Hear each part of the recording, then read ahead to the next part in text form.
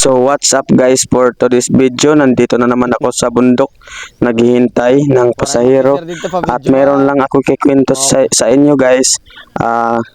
Isang sundalo na CEO nila ay nasugatan sa paa. Malaki yung sugat sa paa, nang nataga niya yung sarili niya ng itak. At yan, nakikita yung mga kapgo na yan ay pinauwi na agad sila nung nasugatan na yung CEO nila sa paa, dahil nga tama na daw diyan, dahil na disgrasya na yung isang kanilang sundalo na CEO.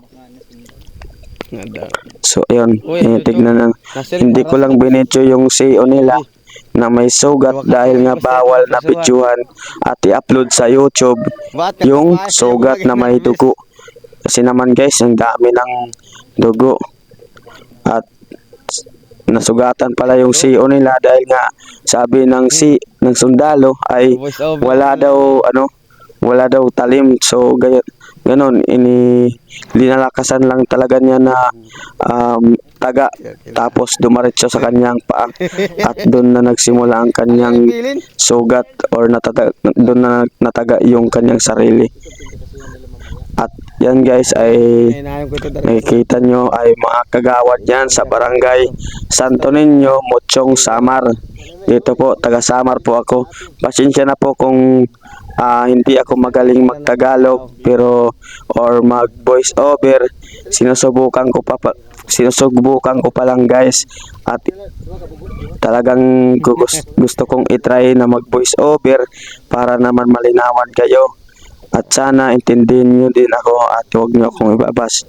So panoorin nyo lang guys itong video. At yan guys guys.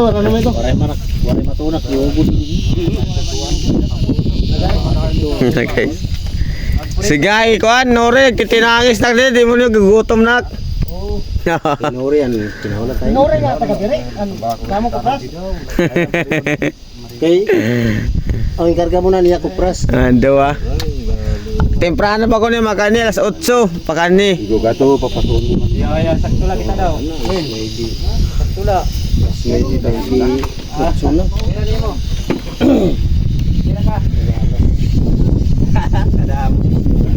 Ano to? Pagdating sa atin. Uy, kun kadtong yan. Una na pagod di pa rin. Yung asawa.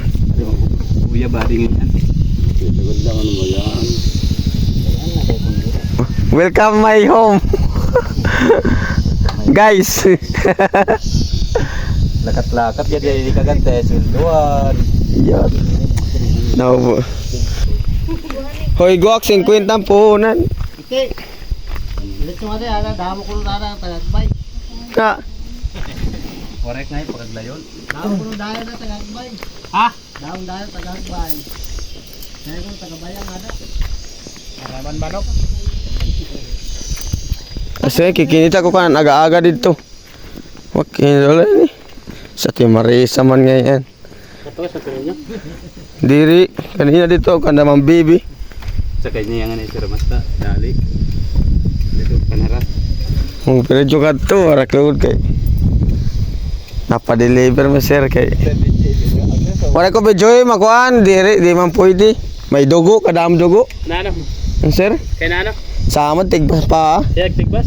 Oo. Kay mangaro ko no. Uungod niya pag tigbas ba kay mangaro. Kay dumahilisot nga din pa. Kay dako sama dalarom. Wala ko lang video kay nagkadaon dugo daw.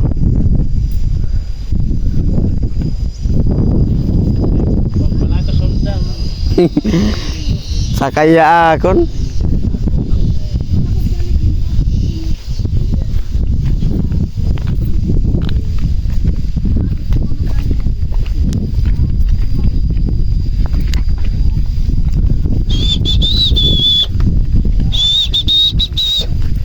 Ora na kita magpaora-ora nga.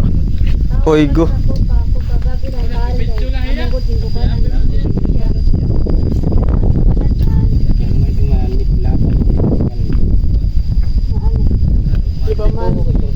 Open ko itong aninik account para mag-post na itong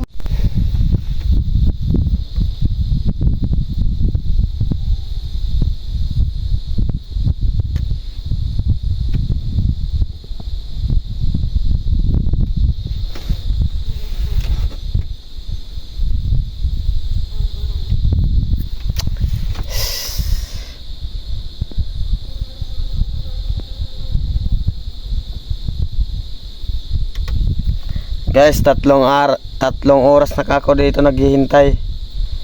Uuwi na lang ako yata. Pero hintayin ko lang mga ilang minuto pa. Kasi alas 11 na, mag-alas 11 na eh. Ng tanghali. So yan, kanina pa ko natulog na ako kanina. Ito dito ira. Pag maulik mga alas 10:30 biradak niya kay bangin dire pa. Bangin nagka-problema kakulop.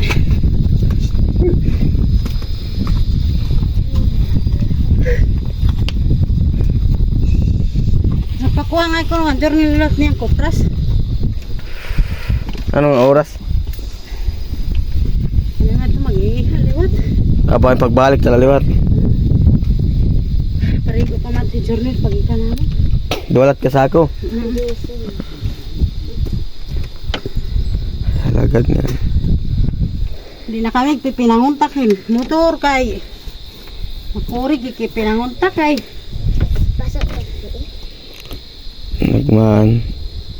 Siya malalit na maanag ko pag Hino nga nakanaan nga may motor siya nalan amon. pag kontak ko mura ko di motor hin may damit mabalik nga to. Pumaminti, magulat.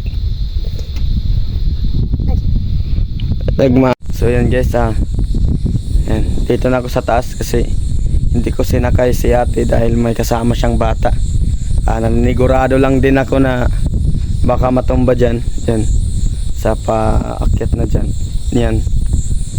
Nanigurado lang din ako na baka matumba ba.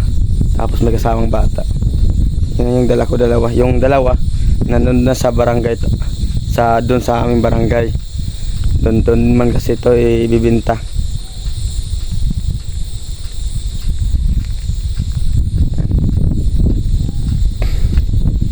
So hinihintay ko lang sila.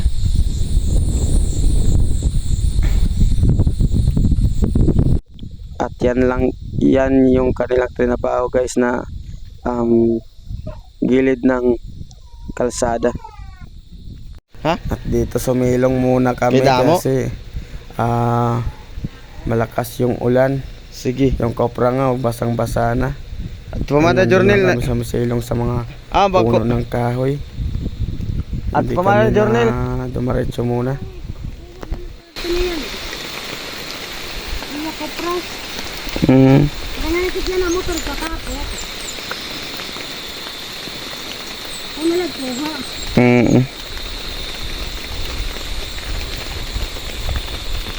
At Dito guys, dahil hindi na nga tumitigil yung ulan, kaya sinuong na lang namin. At mayroon pang part 2 to guys. Sana kung napanood mo to ay i-like nyo naman yung video at i-subscribe naman guys. At abangan nyo guys yung mga nangyari dahil sa kalakasan ng ulan, marami nangyari sa daan.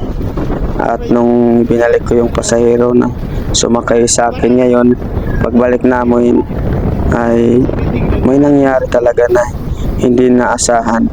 So ayun lang guys, maraming salamat sa inyong panonood. Paalam.